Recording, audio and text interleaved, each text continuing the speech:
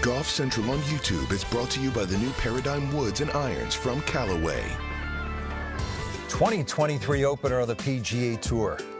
Kapalua, maybe more than any other tournament on Maui, which showcases what sets golf apart from the other sports, these exotic locales. You watch the coverage, you see some whales breaching in the Pacific and then whales battling on dry land. I'm talking about these heavy hitters who roll 65, 66 for a living. And right now it's Collin Morikawa trying to bounce back from an uncharacteristic winless 2022. He began 2022 right here, number 2 of the world. He's down to 11, but after some changes, giving every indication that he's headed back towards the top of the game. He'll go out in the final pairing on Saturday in the 3rd round with Scottie Scheffler. Jordan Spieth continuing to make some magic, and he's only 3 shots back. Rich Lerner alongside Brandel Chambly. Let's start with Collin Morikawa. And really, I would say a dramatic change in what we've seen with his putting, and it could have, I think, far-reaching implications on the game if this continues in 2023. Look, he went from the claw grip, from this to a conventional grip. It's a short sample size for sure. It's a small sample size.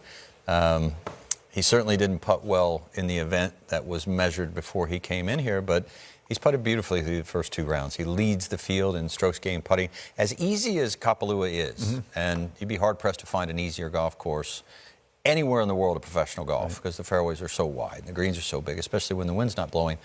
The greens are, outside of Pebble Beach on the PGA Tour, they're the most difficult greens to putt on the PGA Tour because there is so much, or there had been so much slope to them and so windy. But the fact that Ben Crenshaw came in and, as he said, sort of calmed the Crenshaw core, they calmed these greens down. So they took some of the severity out of these greens as it relates to slope, and there's been no wind to sort of complicate things. So these are, I would say, considerably easier than the greens have been traditionally at Kapalua. So again, small sample size, but yes, he's putted beautifully. Nobody's better at the breakdown of a golf action with a pen. Nobody better than you. So pick that pen up right there and show me what show us what Morikawa is doing with his hands on the putter.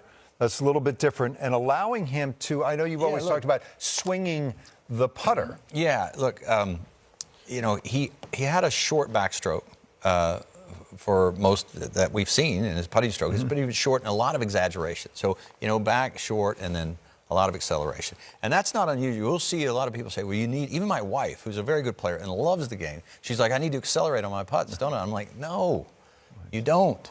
You need to take a long enough stroke where you do not in any way feel the need to accelerate through the putter. You need to take it back long enough to where you can just let gravity sort of let it just fall on the putt. And like that's Crenshaw. And then what like Crenshaw I've never heard Jack Nicklaus refer to his stroke in that way. But Jack Nicklaus, if you've ever watched him, he had a lot of wrist in his play and a much longer backstroke than a through stroke.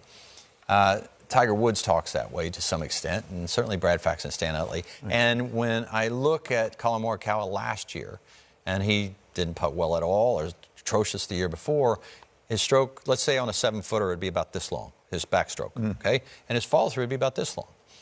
Well, what I saw today was on a 7-footer, his backstroke was about this long, and his follow-through was about this long. It's much easier to control your speed that way, because if you're accelerating in the putter, you have to change your grip pressure. You're not going to accelerate unless you change your grip pressure. So you want a light grip and you want to maintain light grip pressure. So to do that, you take it back and you just let it fall on the putter head. Take it back far enough to where you have you can do this at home. Just take it back so far that it's silly, right? And then just let it fall. And there's not a chance in the world that you're going to drag the handle.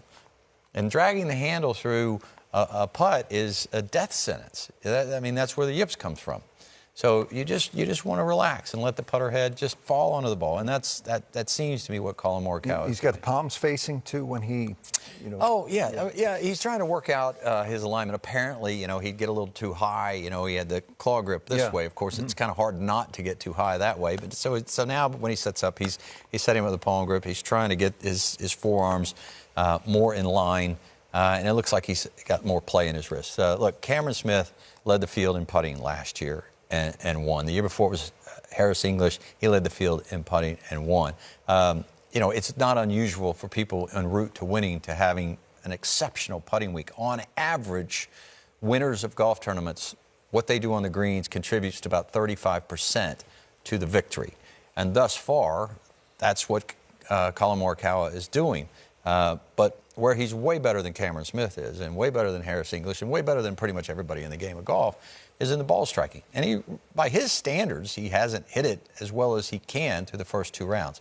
So if we get a little wind and he drives it better and hits it even a little bit better on the weekend, he'll be tough to catch. But, in the same group with him is Scotty Scheffler. Over the course of this coming season, if Collin Morikawa shows appreciable improvement with his putting, this sticks, what he's doing this week, what's possible for him, as well as he hits his golf ball? Well, look, he came out and won in his 8th start as a professional golfer.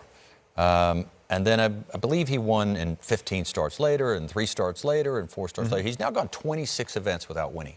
And you'd say, well, okay, that's not DEFCON 5 or anything. But when you come out and you show such promise and he looks like he's going to be this superstar that's just not going to miss a beat on his way to the Hall of Fame, and you have these down spells, and you say, well, every player has these. Well, look, in a very short order, we were wondering, is he going to be this guy that comes out that wins? And they don't come out very often.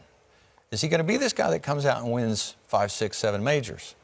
Again, that happens once in a generation. Hey, he won 2 of his first 8 major starts. Right. He was an historically so great he had us all player. on the hook. Yeah, he did. He had us on the hook, and he was reeling us in. But you think about it. I mean, Jack Nicklaus didn't go 26 events without a win. Matter of fact, when you remember when he won the U.S. Open in 1980, and they saw that the leaderboard said Jack is back, he had gone 24 events without winning at that point. And that was a horrendous slump for him. He had never sniffed going that long without winning a golf tournament from 1962 through 1978. Tiger Woods similarly in late 97, 98, when everybody was saying he was slumping, he went 16 events. He kind of held it against everybody. He went 16 events without winning. So, Collin Morikawa comes out, shows a promise, and then poof, his short game, goes awry. So look, if it comes back, then he gets right back on that winning track for sure. That 1980 U.S. Open at Baltusrol was one of my favorites. That's where I fell in love with Aoki. Now you talk about putting, distinctive style, the old bullseye, and the toe was in the air like this. How long was Aoki's follow through? Pretty short. It was non-existent. Non-existent, right? He set it and popped it, just like Gary Player. Did you, by the way, if you couldn't find the hole, if you could, like with your conventional stroke, I'm going Aoki. Let me see if I can. No, I didn't do it out of desperation. I did it out of inspiration. I saw it and I thought, I wonder if that would work. But look, I went over and played the Japanese tour in 1989. The greens were very grainy at that time. They weren't Kikuya, they were Karai. I'm probably messing that name up, but they were very grainy. Right. They were very, very grainy greens, like Kikuya, and I can see why he had to hit down on it.